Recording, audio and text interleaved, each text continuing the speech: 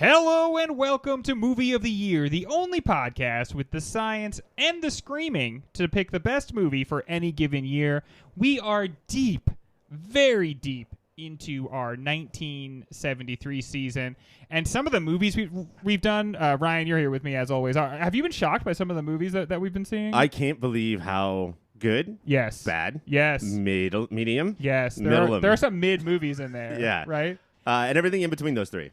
Taylor, are you surprised with what's made it into the bracket so far? I haven't been paying attention, man. Yeah. I just vibe, man. You take life as it comes, right? I take life as it comes, and then I forget yesterday as soon as today arrives. Yes, man, that is the way to go. How did I get here? What am I doing? Did I take my pills? Honestly, brother, someone else's problem. Not mine. I think we could deal with those issues at another time. I have been surprised by the movies of 73. They are gritty. They are not totally finished and polished. And what I'm wondering, gentlemen, is that reflected in our music of 73? Do we see similarities between the sounds of 73 and the sights and sounds of 73? It's so hard because unless you're watching a documentary, any movie that takes place in 73 is still going to be very changed by what has happened since then. Yes. I know about the songs that I like from 73. Yes. Were those the ones that were on the radio then? I have no fucking clue. Okay, I'm gonna a huge breach of protocol here, right? I'm just gonna throw one out there though, because there is a song that is so time bound to 73 that I feel like has not escaped in a meaningful way. Frank Sinatra's The Year is 1973. The year is 73, baby, not 74, right? Don't tell me about 75, you whore. Tie a yellow ribbon around the old oak tree. If I had said to you, what year does that song come from? What do you think you would say, Taylor? 1870s? Yeah. Yeah. I went doing a little bit of research for this episode. You went to the Hill. He's talking about the Hill, listeners, where you're allowed to go to think. Yeah. I saw this pop up and I was like, that's not a real song. No. That's not a real song that exists outside of like a children's choir. is taught that in the 4th grade to perform for their parents, and all the parents go, "Oh, good, yeah." My mom is kind of this square. And like somebody who would listen to this at this time, people thought that it was maybe even hip to be square. And like she'll talk about how when she was a kid, which was a little before 73, songs that were popular were like the Ballad of the Green Beret. Yeah. Like just crazy shit, like shit that you would teach I love when kindergartners the to army sing. shoots. Yeah. It's my favorite song. Here comes the boys in green. The 73, as we've talked a lot during the season, is the year that Vietnam finally drew to a conclusion, and people were pretty excited about those troops coming home. So they played that song and then spit on them as they walked through the airports. Bring your boys back home and hate them. But I felt like there's a gritty, like sort of unpolished sound to the music of 73 that I really found myself digging. Ryan, have you had a chance to listen to any of this on vinyl? Of course I have, Greg. How warm was that? It's been so long since I talked to the audience about vinyl. Vinyl, yeah. Yeah. It's still warm, and the crackle. You got to hear this crackle. Oh, you're doing it wrong if you're hearing crackle, folks. You got to get yourself one of those anti-static brushes. Take care of your vinyl. Oh no, I have an anti-static brush to get more crackle. Puts more crackle. Maybe even some snap and pops. I am pouring Rice Krispies on the record. That is actually the preferred method of listening to anything by like the Archies or anything like that. A song that was probably popular in the 70s. When we start, not that we're starting now, when we did start this season, we always talk about like, have we started the decade yet? Or is this still rolling over that's from a good the decade? question. I don't know totally, at least with a lot of what I listen to, what the 70s sound like yet, because there's some classic rock trash that I listened to when I was a kid, but I feel like the 60s are just maybe adding a guitar. Maybe a little guitar to like some of the soul or funk, but really I feel like the 60s are still going on a little bit. Yeah, I think that 73 is the first year of the 70s. I think that 70s sound develops in 73. And that's usually, when we've gone in the years past, usually the preceding decade goes until like the 2 of the next one. So that would make sense. And also, I feel like most of the music moves at the speed of the bass guitar in this year, and that allowed the bass to be real funky, just walking around, exploring the space. And I thought that was most of the songs are pretty bass forward, and that is nice, a nice groovy sort of laid back sound. I also think it's weird when we go back. This is the farthest we've ever gone back. Yeah. And when you go back to a certain point, genres disappear and the genre becomes the early 70s. Yes. So like if you were growing up in the 70s, these would be on 10 different radio stations. But now they're all on one. You know, or when I was a kid, they were all on one. So it's just, this is the 70s sound as opposed to, and we'll get into the nitty gritty of the genres, but like, as far as my radio listening goes, there wasn't like 70s punk, 70s funk, 70s soul. It was just, this is old, you know? Yes, very much so. Well, we will help develop that 73 sound starting right now. Something that we should have chosen ahead of time, but we did not do, so I'll just do on the fly, is does anyone have a strong feeling about being in the opening or the closer? I've got a perfect opener. Okay, so. Taylor, you're going to be my opener. Ryan, you're going to be my I got a closer. closer. And I'll be stuck in the middle with me. Hey! So, T-Money, let's throw to you right away. You said you had the perfect opener. I've got the perfect opener. This is the way we're going to do it, listeners, if this is your first playlist with us, is we're going to kind of construct this thing on the fly. Except for the opener and the closer, which we are locking in as our first and final picks. The rest of these we're gonna monkey with and move up and down the playlist and try to construct it in real time. That's part of the challenge. But this is gonna be out there, our shining song on a hill. T-Money, what is it gonna be? What I'm gonna pick is going to be it's when you're thinking about me and you're thinking about Dildos? and you're thinking about dildos or 1973 and music in that era. What I'm thinking of is immediately Steely Dan's Reelin' in the Fucking Years. Oh, yeah.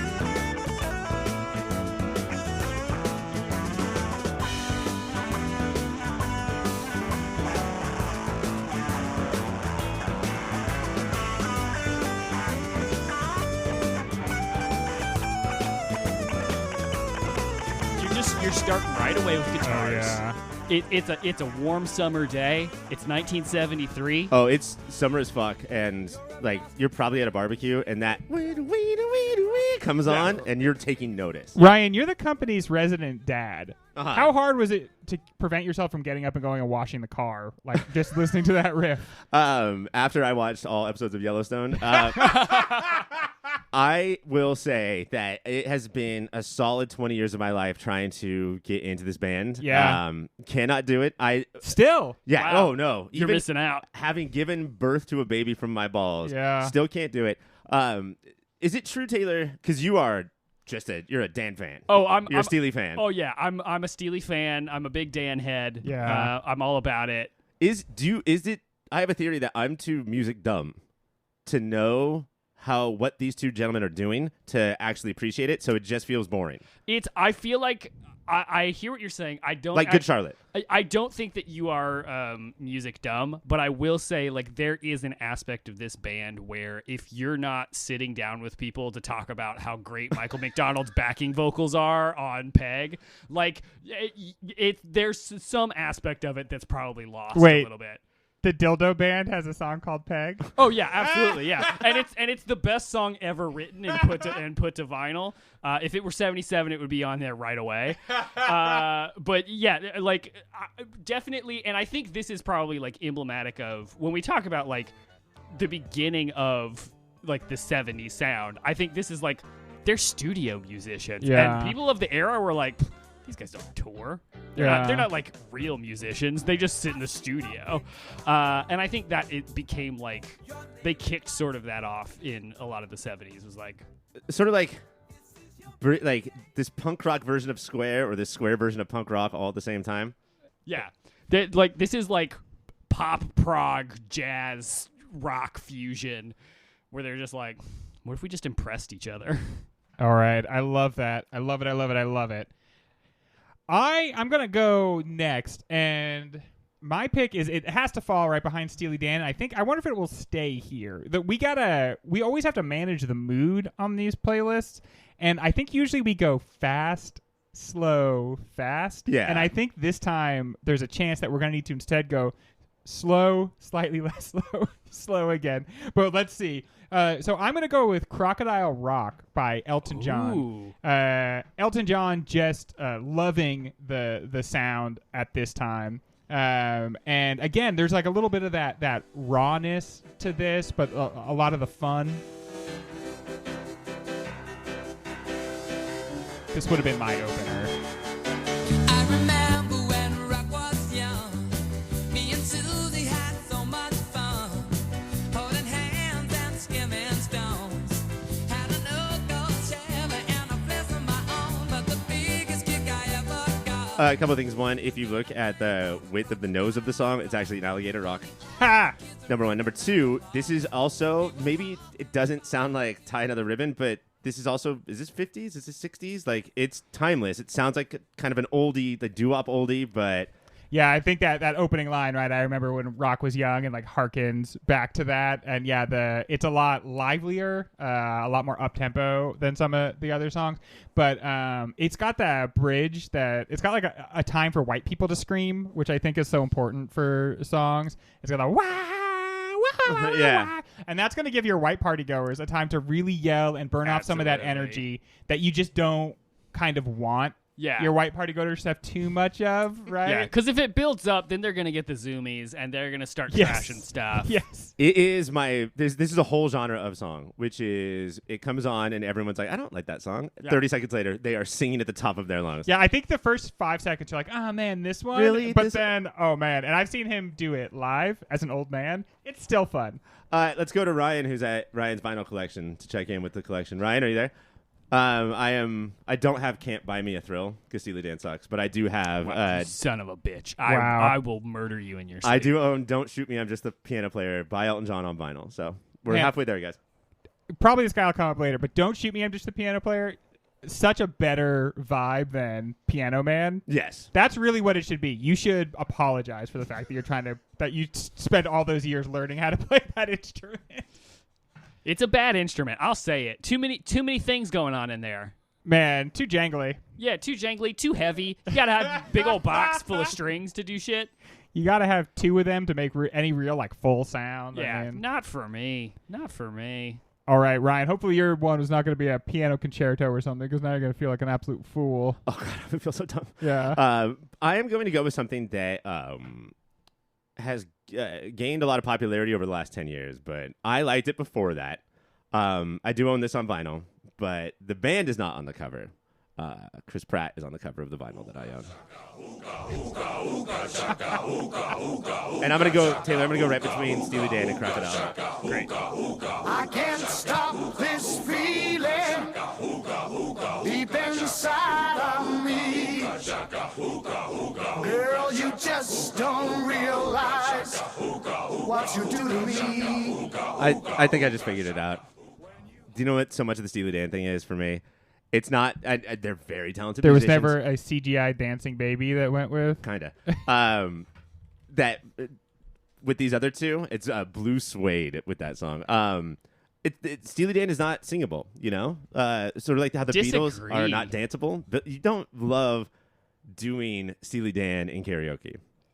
Your everlasting summer, you can see it fading fast. I mean, Steely Dan is music for the conversation pit. Yes, that is exactly. true. Yeah. It's for doing cocaine and having a conversation on a bar stool. It's waiting for your old lady to come back from the key party, and so you drive home. Wait, you're at home? She took your keys to the key party. No, okay. Here's what's going on in the scenario. You're in the conversation pit. Yeah. Because you have finished your part of the key party. And is this pit and like you're a lowered yes. living room this with is stairs the down 70s. into it? Yeah, so it's like the full sunken conversation pit. You're sitting around, everybody's eating fondue. And you're waiting for your wife to come back from because everyone went to their own rooms. You're done already, and she's coming back, and you're like, man, listen to some Steely Dan. So you were at the party. Yeah. But you're just done. That is actually a perfect way of describing Steely Dan, and that's how I like to be at a party. So that really is checking a lot of boxes for me. All right, Ryan, we're going to do Serpentine. No. No. That way I land with the Yes, last of course. pick. We're not going to do Serpentine. That's what you were about to say. Because that's what I decided. And instead, we're going to go back to T-Money. Great.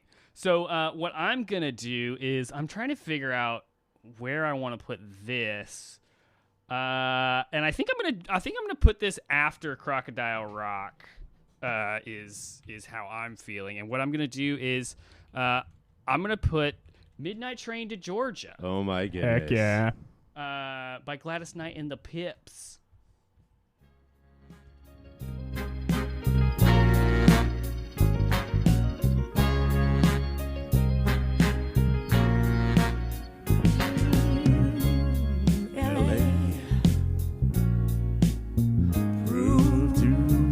Much for the man. He couldn't make it, so he's leaving the life. God, an era. Here's why it's my era, right? Because you were like a full-grown adult then, and like reaching maturity. It was my 47th birthday. Yeah. And just to, I'm gonna dress my male backup singers in the same costume and have choreography. Fuck you. I'm Yes. there. I'm so there. Yes. So on board. That's why I love Rebecca Black currently. And this is one of the songs that her voice has such a landscape to it that I feel like we've lost a little bit since the 70s. There's so many 70s songs where like I feel like there's more like intimate knowledge of the singer's voice, for good or ill. Like sometimes you hear maybe a little qualities that you wouldn't hear anymore that'd be polished out. Yeah, Right. we've sandblasted away the sort of character of a lot of voices. Is this your nice way of saying Gladys Knight is bad at singing? No, because she's amazing. But it leads into my pick, and I think that there is a little bit of that same vibe, which is I'm going to go with Roberta Flack's Killing Me Softly with his song. I'm going to put it right after Midnight Train. This is a cover of the Fugees. This is a cover of the Fuji song.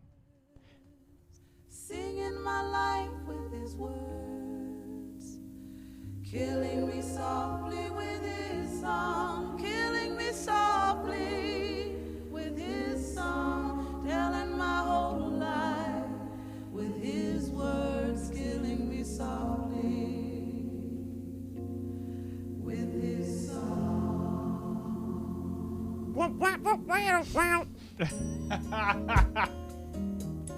But so I feel like you can hear in her voice in this song that she's got a powerful, good voice, but that it is a little strained at time of recording, and she has to sort of like keep it within the bounds to keep control of it, and it kind of it frays a little bit at the sides near the end, and I just find all of that so enchanting, really, that it almost sounds like this is a working singer who's kind of like running out of bullets, but like still performing. And I don't know, maybe I'm harping on this too much, but I feel like we need everything to be a little bit too antiseptic nowadays. Yeah, or samey. Like, we just love the sameness because if it's different, it's bad. I feel like they're literally nowadays going with a computer and just like highlight that part and then erase it or something. It's like we're all toddlers who, if it's not chicken tenders, we don't want it. Like, get it all to taste like that. Yes. I do have a kid, and this is where all my analogies are going to come from. I feel like before you have a kid, you're like, I'm not going to become one of those parents that just feeds them chicken tenders. But then, like, Fuck you. You're an idiot. that's if you say all that. they'll eat. Yeah. I've watched my sister raise 6 kids, and like they're like, listen, you can try with this vegetable stuff as long as you want. I will outlast you, and I will have chicken tenders. If I had fucking 6 kids, I would feed the first one chicken tenders and human centipede all the way back. Vinyl check on this one. So far, Steely Dan is the only one I don't own on vinyl. Okay. And You're this- missing out, my man. never gonna happen. This one is Roberta Flack at a piano, but when you open the vinyl, parts of the piano open up with it. Forget so, it. Yeah. Man, the artistry of like the album as like a presentation as a whole thing, there is something that we have. I also am gonna request people settle down a little bit though. I got my wife Renaissance for her birthday, and it's the Beyonce album is a giant box set with 17 booklets, and like every vinyl is inside a different thing. Let's calm down, folks. One little Beyonce, when we open it up, she just says, "I'm in this shit." Yeah. Yes, you are. And now you have to All right. raise her and feed her. Yeah, that does seem like to be going like a little bit overboard. Mm. That's people who fetishize it too much.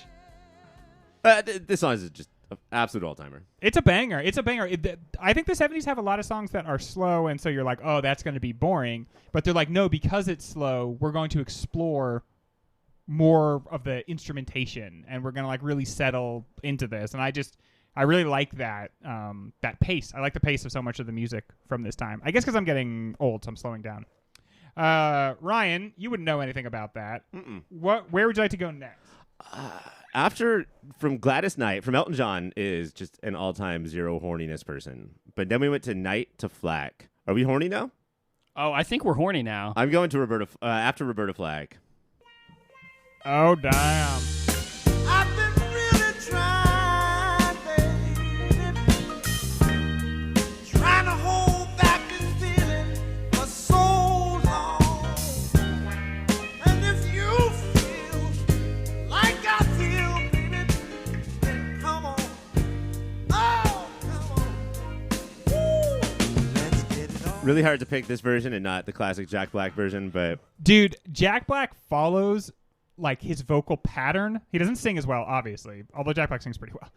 But he follows his vocal pattern so closely that, and we've talked about this with the 73 movies so far, but this song is hard to approach not having heard it so many times. Sure, Like, yeah. it's very hard to hear this in a fresh way, and one way that's specifically very difficult is it is hard for me to hear this song without hearing Jack Black, like, kind of singing over it, and that is a weird experience. It's because he follows the pattern exactly because he knows it so well. But like that's the only way to do it is if you know it so well. Because if you're trying to sing along with a lot of these people, like Marvin Gaye, like Gladys Knight, you either have to turn the vocal track off so you can do your own thing because they're doing their own singing. Yeah. They're just playing in and out of the notes and the beats that like they're just making it their own. That like you have to memorize it.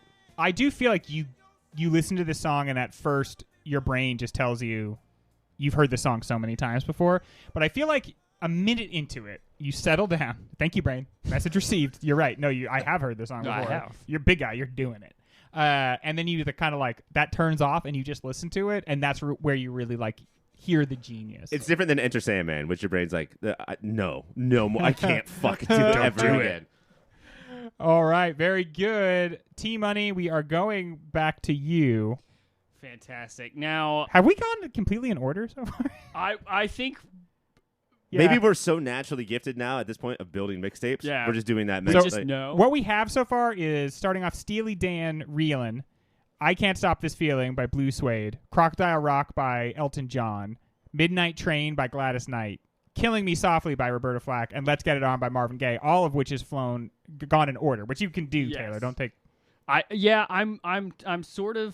thinking, I'm trying to figure out if we have any sort of like rough transitions in here. We don't, but I think they're And- coming, and so that's where it's Yeah. almost like you have to choose where you're gonna insert that Typically, Taylor, it's your job to strike now for me and Greg's future mistakes. to repair. Yeah. So what I'm gonna do is I'm going to this is tough because I'm looking at what I've got here, and I'm gonna put in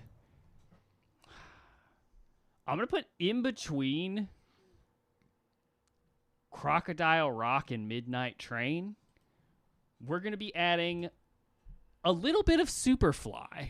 Oh, damn. I feel like that's gonna somewhere in there we're gonna fuck up and we're gonna need like some sort of bridge. Now, is this the titular song or is Yes. this Pusha Man? Yeah, no, we're doing Superfly. I thought about Pusha Man, but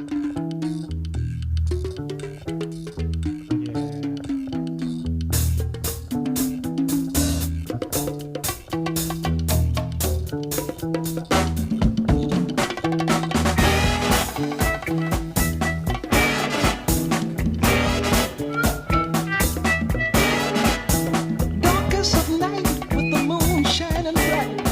There's a set going strong, a lot of things going on. The man of the hour has an air of great power.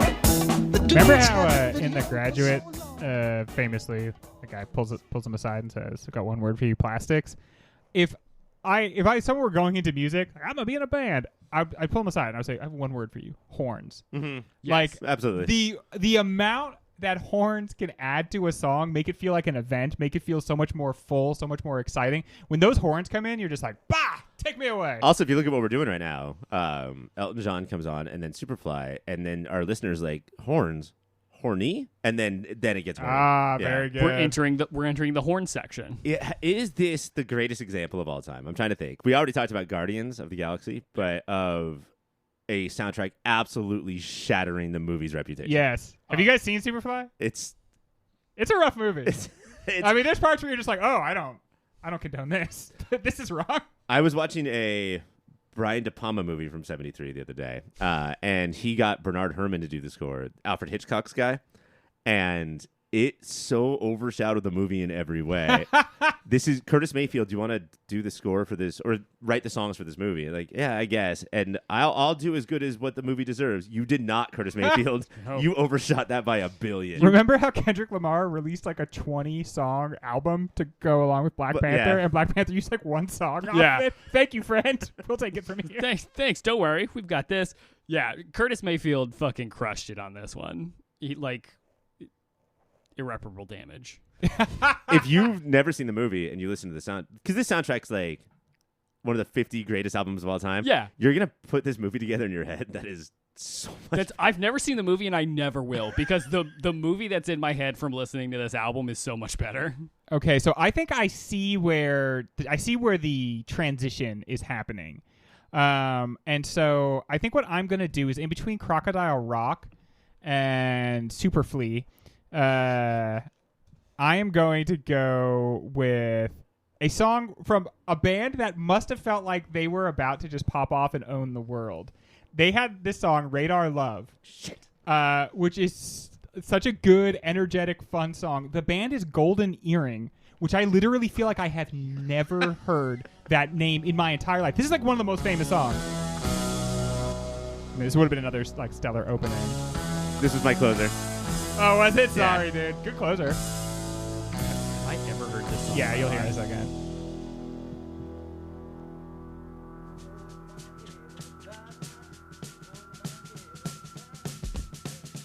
Honestly, there's a part of me that thinks of this as like growing up on classic rock, quote unquote, radio stations, which none of it was classic and barely rock. That is almost a novelty song as much as it is a real song. Like, is this a joke? You know, it just like it's as far as I know, one-hit wonder, and I knew every word to this. Dude, I watched the video getting ready for this, and all I can tell you is that if you had gone to the filming of that video and said to these guys, you're going to be a one-hit wonder and this is it, they would have said, no way! We're the next big thing in rock. Every cut in the video that cuts to them, you can see the person is thinking, we're the next big thing in rock. I can't believe they just disappeared. Taylor, have you heard this song? I'm trying to. We get to the titular line here.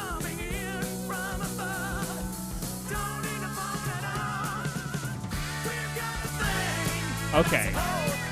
I've heard this song. Imagine it's your dad's Wednesday, and he's picking you up to take you to McDonald's, where he's just going to sit quietly Yeah. while you eat McDonald's. The doorless Jeep pulls up Yes, to the yeah, house. pulls up, and you can hear it coming down the What I street. just understood hearing that song was, oh, I know where I've heard this. Have you ever played a NASCAR game on the PlayStation 1? That's where this song lives and resides and is at home now. Oh, we have to do a mixtape at some point of the songs I know but never remember that I only know from NBA 2K. Oh, Like, man. and it kills me every time I hear it. Like, why is this song so important to me? There is, amongst sports video game fans, there's a famous baseball video game because they stopped making it in 2005, where people that are fans of it know every song on the soundtrack. I swear the Killers are a big band because they were featured on the soundtrack for MVP 2005. And, of course, anytime you hear me mention MVP 2005, you know that we're going to one quick break, which we will take right now. Well, there you have it. The first part of our amazing soundtrack for 1973. There's more songs from 1973, though. There are more songs. 1973, it was a okay year for music. Okay year for movies, okay year for music. Ryan, will you read to us, to our sweet listeners, what we have so far? Our first song is Reelin' in the Yeast. Years, right? Reeling in the years, Ryan. Reeling in the Yeast. Reelin' in the Years barely makes more sense than Reelin' in the Yeast by Steely Dan. Blue Suede's I Can't Stop This Feeling, a.k.a. Ooga Chaka Ooga Chaka. Coming up next is Elton John's Crocodile Rock, followed by Golden Earrings, Radar Love, Curtis Mayfield's Superfly, Gladys Knight and the Pips with Midnight Train to Georgia. After that is Roberta Flack's Killing Me Softly. And then right now, although we have a little bit more work to do, ending it is Marvin Gaye's Let's Get It On.